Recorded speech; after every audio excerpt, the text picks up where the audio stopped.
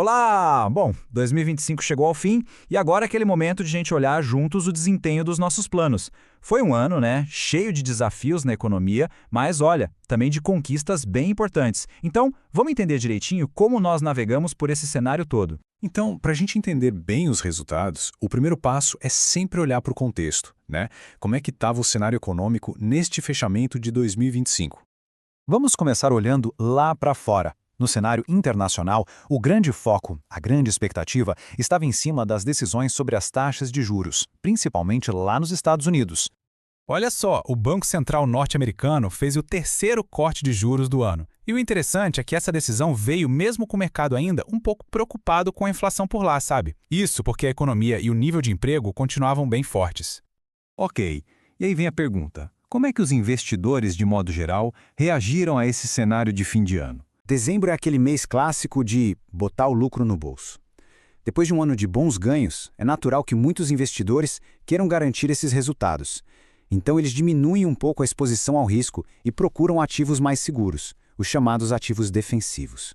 E um exemplo perfeito disso é o ouro. Ele teve uma valorização de incríveis 47% no ano.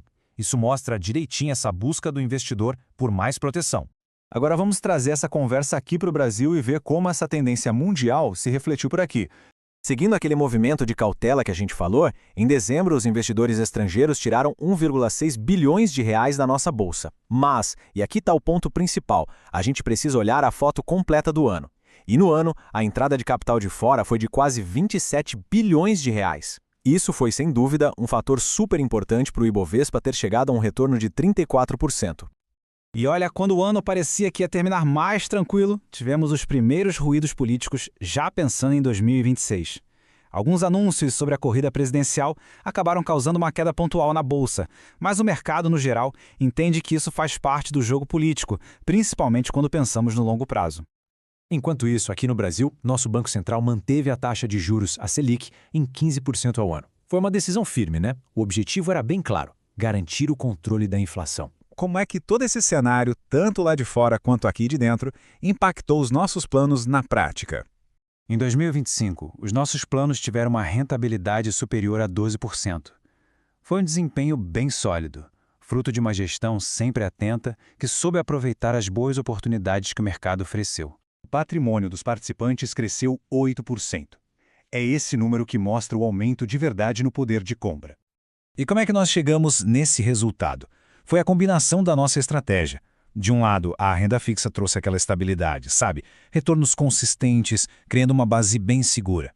E foi essa segurança que nos permitiu aproveitar os ganhos da bolsa, que passaram de 30% no ano, com tranquilidade e responsabilidade.